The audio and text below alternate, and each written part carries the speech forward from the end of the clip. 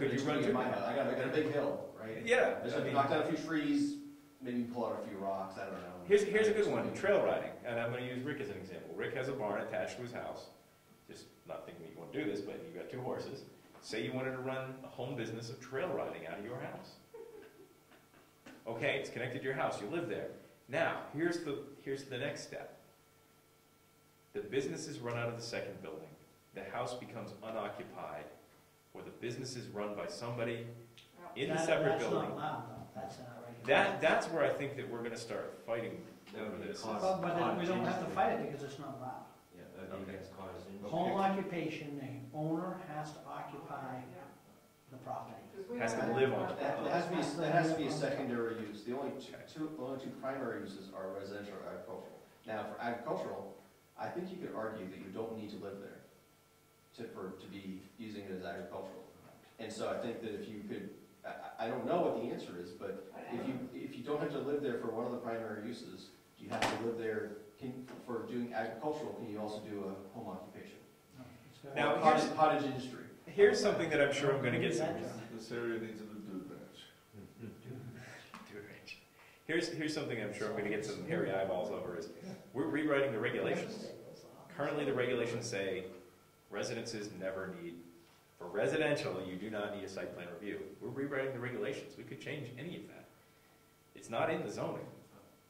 It's in the regulations. So can I go back to something Bloom said? Can I suggest that in this first document you're going to put together, you also look at what the minimum standards are in the RSA? Sure. RSA. Let me just make note of this real quick.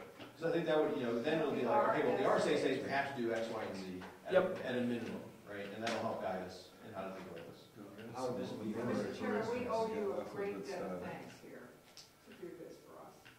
No, you owe my insomniac activities. Then we'll. It's caffeine. Here's a for instance for you, Tom. Yes. At my place, I was looking, I was thinking about putting up a garage. Now, I'm in the workforce zoning, and the garage that I was actually looking at, the kit that I was looking at, has a 1-bedroom apartment above it. Now, how would we go about that with the workforce housing, where that could potentially be used as a second housing? It's not workforce housing. That's an accessory It's dwelling. an accessory dwelling that can use as a secondary residence or rental residence. The accessory dwelling, It has to be physically attached to the building, if I recall. Yes. Oh, okay. All right. And it has to be That was just something that was a problem. less than 40% of the total area of the main residence. I can't remember what it was.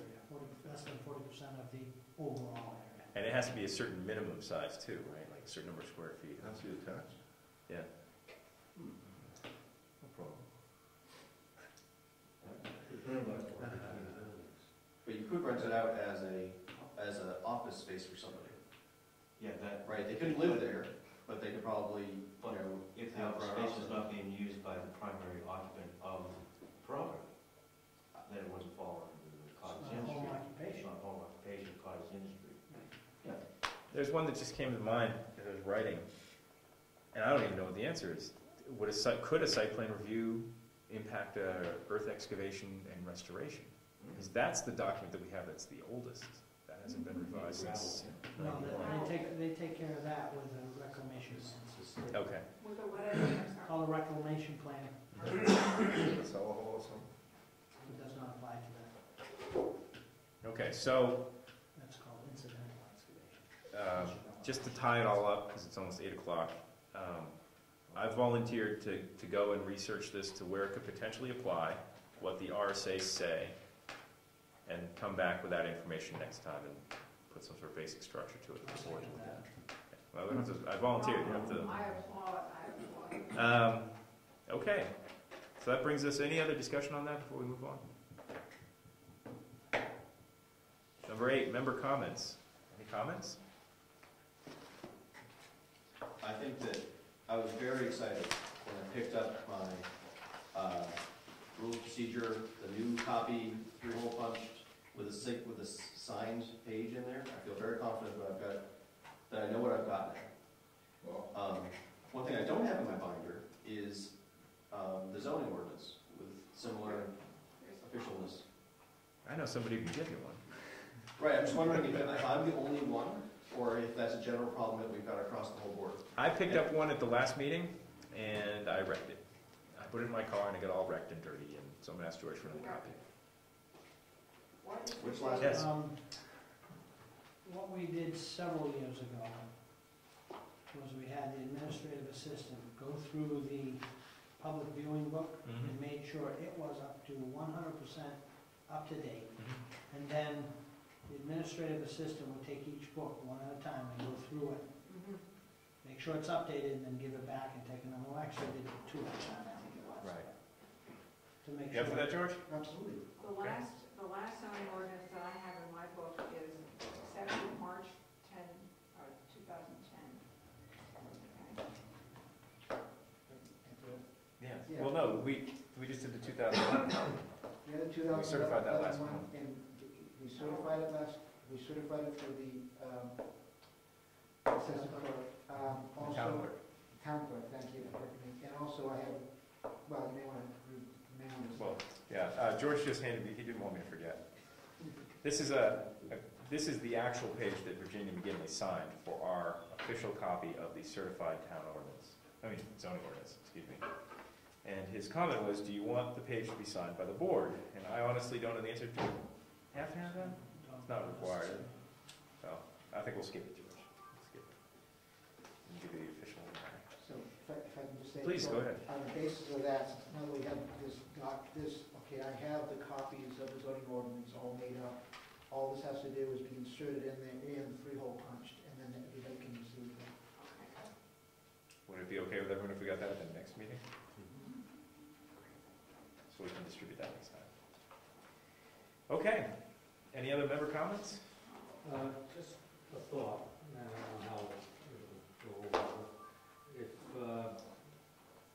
we were going to have all these discussions on paperwork that you're going to be generating, if we started at 6 o'clock and just had our discussion type meeting prior to opening the regular meeting at 6:30, how would that fit in? As a work session? Yes. If I remember correctly, a work session is defined as one where you're not going to actually vote on anything. No, this would be just a discussion, informal, going over what we're doing. And then if we come up with something in the documents, then we could bring it over to how it would fit into the original How does that strike you, agenda. in historical fashion? You don't want to be here at 6. No. I gotta have everything now for me at 6:30. You can have it, but I ain't showing up till 6:30. Okay. It was just a suggestion. I think for me, I mean, I appreciate the suggestion. Stuff enough. I know Rick's coming up from Massachusetts to get here from work and, get to my family. I'm responsible for dinner for the kids and all that junk, so I couldn't really do it. Okay. Any other comments? I'm going to poke Rick in the side and say, will you make an announcement about the dinner? What the- The Ag Commission dinner? On August 13th, the Agriculture Commission and the Heritage Commission arranged for a World Championship barbecue team to come up here and cook the town barbecue for Old Home Day. And the Historical Society is doing breakfast that night. That's the Saturday. Skip the breakfast, do the Don't dinner. eat on the 12th. Don't eat breakfast. Show up here on the 13th. August 13th. Huh? Yeah, what's on the menu? I forget. Mary Lou's. You're right, breakfast. Smoked sausage. Brisket, pork butts, whole chickens, blueberry crisp, cornbread, beans, slaw. Dinner from 5 to 7. Do you remember what the prices were for dinner?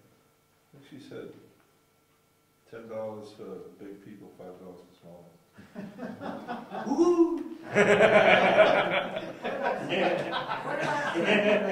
Demarcations on 55 pounds. But there's also music that night, right? Oh, yeah, they're getting a hillbilly band in there to come in and pick and strum and grin, picking and grinning. Yep. Is that going to be open farm day as well again, or is that not happening this year? think Open Farm Day is not happening this year. Oh, There's a serious lack of enthusiasm for that. But the dinner's gonna be awesome. I can attest to that having. So we're gonna concentrate on the dinner. It's all about the food. Maybe be local meat. Are there any other announcements or comments before we close up this meeting? Great. Meeting's adjourned. We'll meet next month, whenever that is. It'll get here. I don't know what day it is. August 8th. August 8th. So said Rick. I do have an announcement. Okay, too late. Sorry. On July 18th, the Carroll County delegation will be up at the county complex discussing, they're going to have a whole hearing on the Fourth Amendment issue of sobriety checkpoints. If anybody wants to either watch the video or go. What day is it? The 18th? July It's a 18th. Monday, isn't it? So what impact would the county commissioners have on, is it they have overseeing of the sheriff or something? Sure. No, private sheriff. what happens is the New Hampshire Transportation Highway Safety Transportation Administration has grant money, and the commissioners, the sheriff has to ask the commissioners to authorize the money, and they sign off contracts.